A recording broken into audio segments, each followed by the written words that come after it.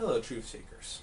Today we're going to be talking about codes. If you've read the tutorial or pretty much any of the other blogs, you know that codes tend to crop up a lot. According to M, codes are a form of mental defense that people being haunted by the Slender Man use to try and fight him. The purpose of the codes is unclear. Sometimes they're a message to people who aren't being stalked. Sometimes they're meant to draw Slender Man towards people. Sometimes they're meant to drive him away. It's fairly unclear, but there are a lot of different ways these codes tend to crop up. Now, this is just a beginner's tutorial. I'm just a beginner myself at this. I don't know very much of the advanced cryptology, but I can teach you how to solve some of the most common ones and provide you with the tools to do it like that. We're going to be talking about 5 different types of codes that tend to crop up today, starting with the most simple, the anagram. An anagram is quite simply just a series of letters that can be rearranged to create any given word. There's often multiple different solutions to an anagram, but only one will really make sense in context. So let's go ahead and do one now. Okay, I pulled this one from Seeking Truth. If you've read it, you know the solution. But quite simply, you just need to rearrange the letters. You can either do this by hand if it's a small number of letters, or you can go to the website that's about to appear on screen, and is also linked in the video description, which will give you every possible English anagram for the word. So let's just go ahead and solve this real quick. Okay. Anagrams, simple as that. Next we're going to talk about Morse code. Morse code has been around for a very long time. It's a form of communication that uses a series of dots and dashes to represent letters. Morse code isn't so much hard to decipher as it is time consuming, because usually it's in a form of audio, in which case you'll have to actually listen to it and correctly write down the series of short and long beeps.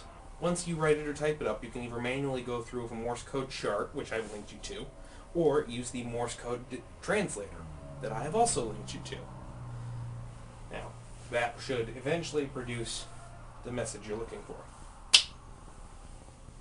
Next, we have binary code and hexadecimal code. Both use computer code that I'm not too clear on. It's not my major. But basically they use computer code that normal people wouldn't really understand, and the fastest way to decipher it is with the online tools. They usually work pretty much almost instantly, and you can do it by hand if you want, but I'm not going to show you how.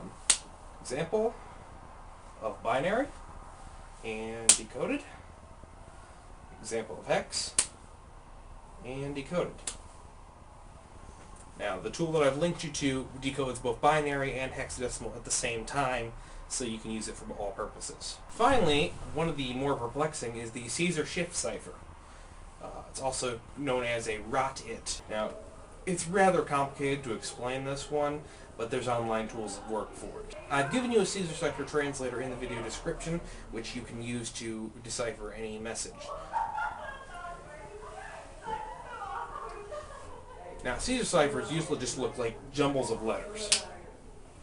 Once you've typed the cipher into the decoder, all you need to do is go click through the different possible rotations until you find one that makes sense. There should only be one of those rotations that actually creates a message that is English. Everything else will just look like another word jumble. Now, naturally, there's plenty of other kinds of codes and much more complicated codes, and I have to do a little more research before I can teach you any of that. There are other codes that are fairly unique, but a few things to look out for. Unusual capitalizations, letters that are in the wrong place, like they look like there might be a typo. Sometimes those can give you clues.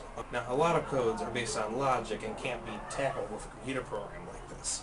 So for them, you'll just need to think it out and look for unusual things. So yeah, sorry this video was so short and not really as instructive as I hoped. It just seems kind of pointless to go into extreme detail on how the codes work when I can just give you the tools to crack them. So that's pretty much it.